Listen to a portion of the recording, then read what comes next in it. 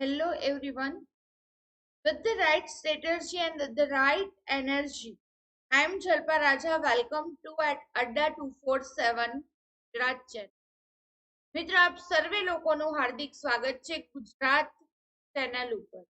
અડ્ડા 247 ગુજરાત આપ લોકો માટે ખાસમ ખાસ ગુજરાતી તલાટી અને જુનિયર ક્લર્ક પરીક્ષા પાસ કરો એના માટે ખાસ ક્રેઝ કોર્સ લઈ અને આવી ચૂક્યું. મિત્રો આ ક્રેશ કોર્સ ની અંદર તમને લોકોને લાઈવ અને રેકોર્ડ ક્લાસ જે છે મળવાના છે.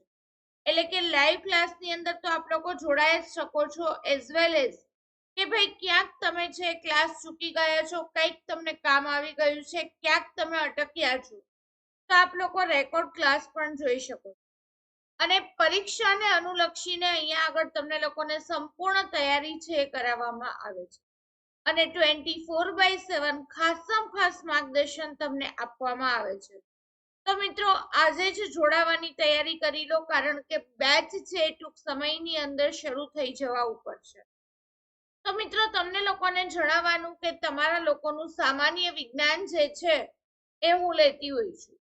આ સામાન્ય વિજ્ઞાનની અંદર તમે જાણો છો એ પ્રમાણે 3 ભાગ પડે છે: જીવ વિજ્ઞાન, રસાયણ વિજ્ઞાન, ભૌતિક વિજ્ઞાન.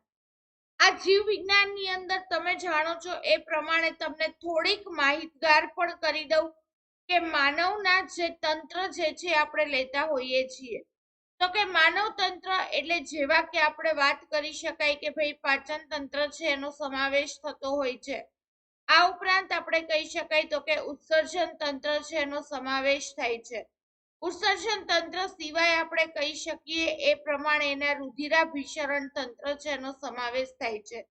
તો કે આ રુધિરાભિસરણ તંત્ર સિવાય મેડમ શેનો સમાવેશ થાય તો કે ઉત્સર્જન તંત્ર પણ આવી શકે.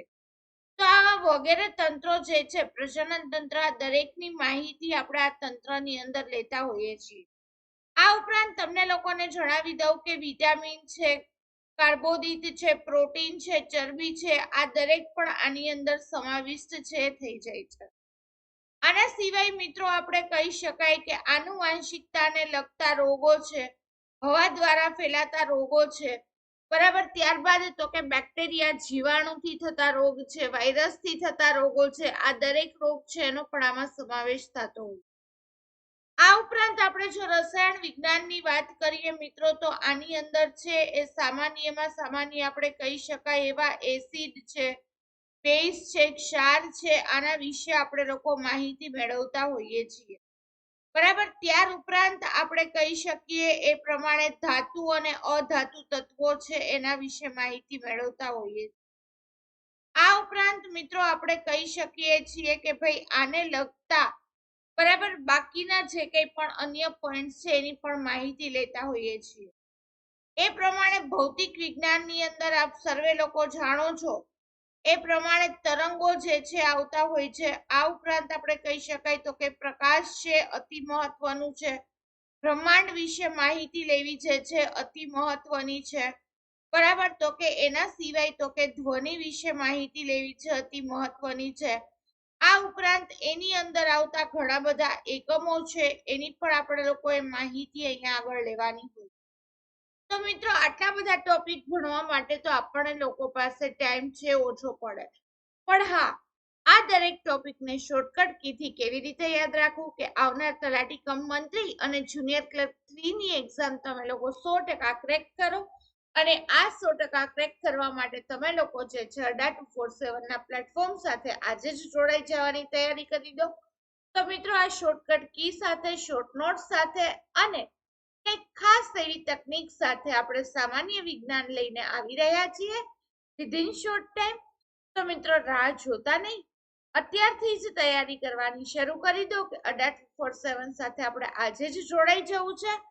અને આ રીતે આપણે લોકો જલ્દીથી મળી રહ્યા છીએ અડ્ડા 247 ના ઓનલાઈન પ્લેટફોર્મ સાથે. મિત્રો ત્યાં સુધી આપણી અડ્ડા 247 ની જે આ ચેનલ અહીંયા આગળ તમને લોકોને બતાવેલી છે, તો આ ટેલિગ્રામ ચેનલ સાથે આજે જ જોઈન થઈ જાઓ. અહીંયા આગળ તમને લોકોને ઈમેલ આઈડી પણ આપવામાં આવેલું છે, ક્યાંય તમે અટકતા હોય તો ઈમેલ બી કરી શકો છો. મિત્રો ખાસમ ખાસ અડ્ડા 247 ચેનલ જે છે એની અંદર આવતા તમામ વિડીયો છે ને લાઈક કરવાનું ચૂકાય નહીં.